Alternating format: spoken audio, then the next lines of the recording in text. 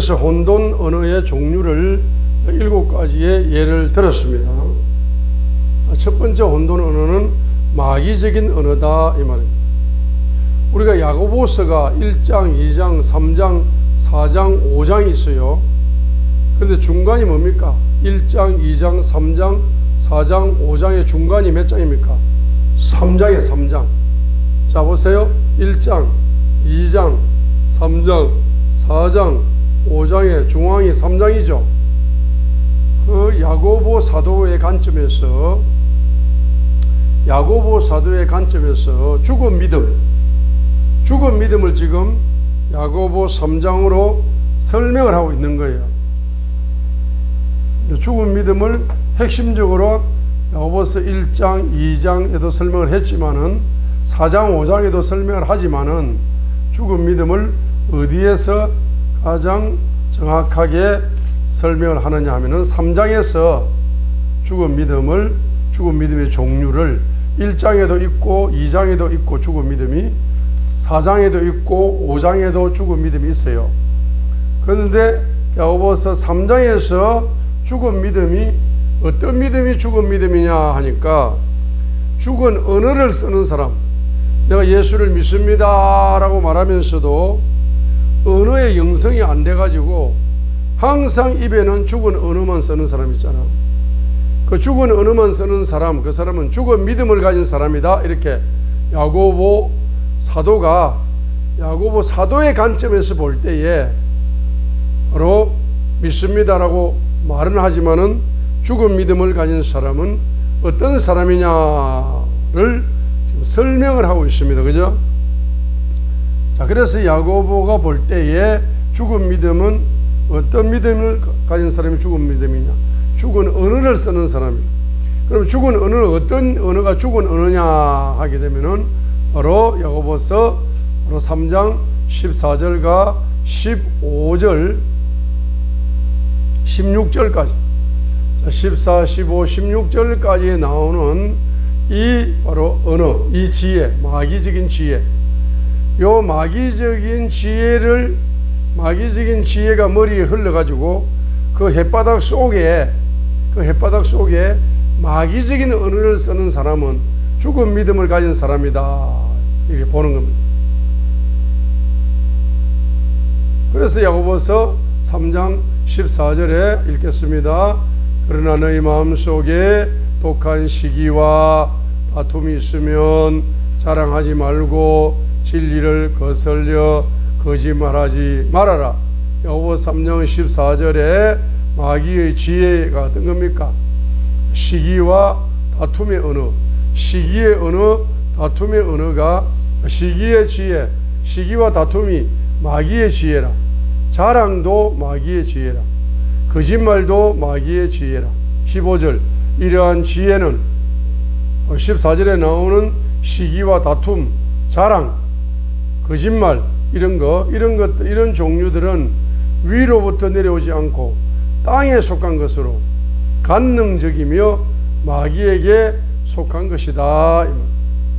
그래서 시기와 다툼이 있는 곳 거기에는 혼란, 컨퓨전이 있다. 컨퓨전이 있다. 그래서 이 마귀적인 지혜를 자기 햇바닥에다가 언어화시키는 사람이 있잖아.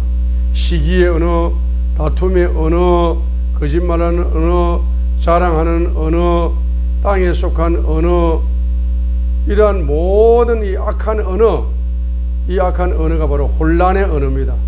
마귀적인 언어예요. 자, 이런 마귀적인 지혜를 내 속에서 뿌리 뽑아내야만이 바로 위로부터 부어지는 지혜가 열려. 자, 위로부터 부어지는 바로 17절과 18절에 나오는 위로부터 부어지는 하나님의 지혜를 가지고 내 햇바닥에 언어화시키는 사람, 그 사람이 바로 뭡니까? 언어의 영성이 이제 하나님 보기에 합격점에 들어갑니다. 그죠? 그래서 이 마귀적인 언어를 쓰게 되면은 바로 뭐가 닫힌다는 겁니까? 바로 주님의 십자가의 계시가 닫히는 거예요. 자, 두 번째 언어가 어떤 언어입니까? 우상의 언어다. 특별히 우상의 언어 중에서 마태복음 6장 24절에 만몬의 우상, 디모데전서 6장 10절에 돈을 사랑하는 우상, 이 만몬의 우상과 돈을 사랑하는 이 우상의 영의 지배를 받으면은 우상의 언어를 쓰게 된다. 그 어떤 우상이냐 하면은 돈의 심장에 거짓의 독약을 섞은 언어, 이 돈의 심장에다가 거짓의 독약을 섞은 언어가 우상의 언어다 말입니다. 돈 자체가 나쁜 것이 아닙니다. 그런데 그 돈의 심장에다가 독약을 섞은 것, 독약을 섞어가지고 돈이 이렇다 저렇다 이렇게 이야기하는 것, 돈에 대한 가치를 바로 돈에 대한 가치를 절대화시키는 것, 돈에 대한 가치를 절대화시키는 언어가 바로 우상의 언어입니다. 우리 우상의 언어가 너무너무 많이 전염되고 오염됐기 때문에 자기가 우상의 언어를 쓰는지도 몰라. 항상 사람의 영혼보다 돈을 높여, 항상 뭡니까? 인간관계보다 돈을 높여, 모든 관계 속에 돈의 가치를 절대화시키는 거예요. 이 사람이 우리 우상 언어를 쓰는 사람들이거든요. 그래서 돈 없으니까 유학도 못 갑니다. 돈 없으니까 배우지도 못했습니다. 돈이 없으니까, 예? 돈이 없으니까 사람 구실도 못하고 사람 행세도 못하지. 돈이 없으니까 남편도 아니지. 돈이 없으니까 부모도 아니지. 돈이 없으니까 그 사람 아무것도 아니야. 영양가 없는 사람이야. 그 사람 만나면 뭐해? 돈도 없는 사람. 가난한 사람 만나봤자 커피값에 더 가냐? 이러면서 항상 뭡니까? 돈을 주인으로 앞세우고, 돈을 왕으로 앞세우고, 돈을 신으로 앞세우는 언어를 그냥 밥 먹듯이 그냥 사용하는 겁니다. 그 우상의 언어를 지금 뭐예요? 밥 먹듯이 사용하고 있다는 것을 보여줍니다. 자, 그렇지. 더 이상 진도를 나가지 않고 우리 성경 구절 봅니다. 잠언 16장 6절 하반절을 한번 읽고 우리 기도하겠습니다.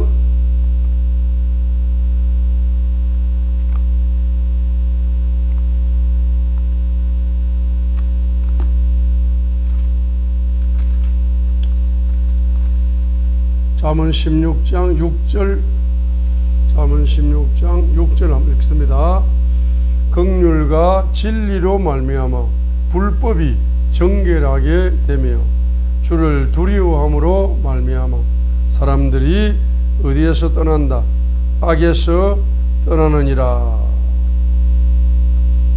자, 악에서 떠난다 했습니다. 그래서 잠언 16장 바로 읽었던 6절. 자, 주를 경외함으로 말미암아 사람들이 악에서 떠나느니라 했는데, 이걸 반대로 말하면 뭡니까? 반대로 말하면은 주를 우상을 숭배함으로 말미암아 사람들이 악과 연합을 한다 이런 뜻입니다. 잠언 16장 6절 하반절을 주를 경외함으로 말미암아 사람들이 악에서 떠난다는 반대말이 뭡니까? 우상을 숭배함으로 말미암아 사람들이 악과 뭐한다? 연합을 한다 이런 뜻입니다. 그래서 우상의 영을 가지고 악과 연합을 하게 되죠. 악과 연합을 하게 되면은 이 사람들이 바로 악한 언어를 쓰게 되죠. 우상의 언어를 쓰게 되고 악의 언어를 쓰게 되죠. 자, 이렇게 악의 언어를 쓰게 되면은 불법이 정결해지지 않습니다. 자, 불법이 정결해지지 않게 되면은 긍휼 계시와 진리 계시가 열리지 않는다 이 말이죠. 자, 그래서 긍휼 계시와 진리 계시가 열리지 않기 때문에 예수님의 십자가의 머리에서 떨어지는 피의 계시가 나에게 직접적으로 열리지 않는 거야. 자, 따라합니다. 율법서가 복음의 시작으로 열리고 구약이 복음의 예언으로 열리게 하옵소서. 자, 이런 기도를 이제 하시게 되면은 잠언 한 구절에도 사복음서가 다 열리고 사금 한 구절에서도 신약 성경이 다 열리게 되어 있습니다. 복음이 다 열리게 되어 있습니다. 그래서 구약이 율법이다라고 무시하는 사람은 문자만 보기 때문에 그런 거고, 우리는 뭡니까? 기도하는 사람들이잖아. 그래서 율법서가 복음의 시작으로 열리고 계시가 열리고, 그 다음에 구약 성경이 복음의 예언으로 열리게 하옵소서, 이렇게 기도를 하고 있기 때문에 그 기도 응답으로 잠언 16장 6절도 열리는 거예요. 복음으로 열리는, 복음으로 열립니다. 그래서 잠언 16장 6절이 복음으로 열리잖아. 자, 다시 한번 잠언 16장 6절 보세요. 자, 주를 두려워 경외함으로 말미암아 사람들이 악에서 떠난다 했어요. 그런데 이제 주를 경외하면은 악과 분리되는 거죠. 주님이 경외의 영이 오면은 악과 분리되는 거예요. 근데 이 반대로 해석해 보라고. 우상의 영을 가지고 있으면은 절대로 악과 분리가 될 수 없습니다. 우상 자체가 악의 근원이기 때문에, 돈이 모든 악의 근원이라 그러죠. 디모데전서 6장 10절에 그 우상이 모든 악의 근원이다. 돈이 모든 악의 근원이기 때문에 우상의 영을 가지고 있으면은, 만문의 신을 가지고 있으면은 악과 분리가 안 되는 거야. 악과 분리가 안 되니까 뭡니까? 만문의 언어, 우상의 언어, 악인의 언어, 악한 언어, 이런 언어를 밥 먹듯이 쓰면서도 자기가 그걸 쓰는지도 몰라요. 그냥 돈에 대해서, 돈의 가치를 절대화시키는 언어를 쓰면서 자기 그게 잘못한 건지 모릅니다. 그게 악한 언어인지도 몰라. 세상 사람들이 다 그렇게 말하고 있는 이야기를 나도 말하는데 그게 뭐가 잘못됐나 이렇게 이야기합니다. 자, 그래서 이제 뭡니까? 이 우상의 영과 악인의 영, 이것을 가지고 있어서 악한 언어를 쓰게 되면은, 우상의 언어를 쓰게 되면은, 악인의 언어를 쓰게 되면은 긍휼 계시와 진리 계시가 안 열린다. 불법이 정결하게 되지 않는다. 잠언 16장 6절에 불법이 정결하게 되지 않는 거라. 내 속에 불법이 정결하게 되지 않으니까 내 속에 뭐가 안 열립니까? 긍휼 계시와 진리 계시가 열리지 않는 거다 이 말입니다. 그래서 그 예수님의 가시왕관 쓰셔서 나를 위해 피를 쏟아 부어 주신 그 가시왕관에 쓰신 그 피를 쏟아 부어 주신 그 사실이 뭡니까? 그게 진리야, 진리. 그리고 그 사실이 뭡니까? 긍휼이야. 그렇기 때문에 예수님께서 십자가에 못 박히셨다는 사실은, 바로 가시왕관을 쓰셨다는 사실은, 나를 위해 피를, 가시왕관에서 그 피를 내 우레 속에 쏟아 부어 주셨다는 사실이 진리 계시야. 그리고 내 자네 속에 쏟아 부어 줬다는 사실이 긍휼 계시라. 이걸 정리하고 마치겠습니다. 자, 그래서 지금 잠언 몇 장? 16장 몇 절? 6절에서 여러분들이 뭡니까? 경외의 영을 가지고, 경외의 영을 가지면서 바로 의인의 영, 의인의 언어를 쓰게 되면은 바로 무슨 계시가 열리느냐? 진리 계시가 열리고 긍휼 계시가 열리는 겁니다. 그래서 진리 계시가 뭐냐면 예수님의 운해에서 주님의 보혈이 떨어지는 거라. 그래서 이것이 내 운해에 쏟아져서 내가 뭡니까? 바로 부요의 큰 손이 되는 거라. 이게 진리야. 그다음에 긍휼이 뭡니까? 가시왕관 쓰신 예수님의 잔해에서 그 피가 떨어져서 내 잔해에 떨어져 가지고 경제 계시가 열리고, 경제 내마가 열리고, 경제 실제가 열려서 경제적인 큰 손이 되게 만드는 것이 바로 나를 향하신 주님의 긍휼이야, 긍휼.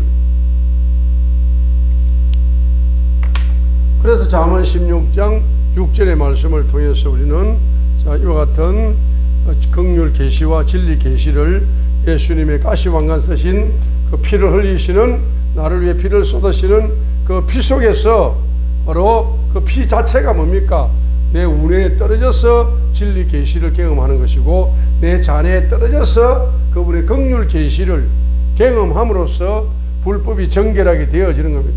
이렇게 되어지면서 내가 불법이 정결하게 되어질 때 비로소 부요의 큰 손이 되고 바로 경제의 큰 손이 되어지는 긍휼과 진리를 누리고 열매를 누리는 그와 같은 축복자가 되는 겁니다. 할렐루야.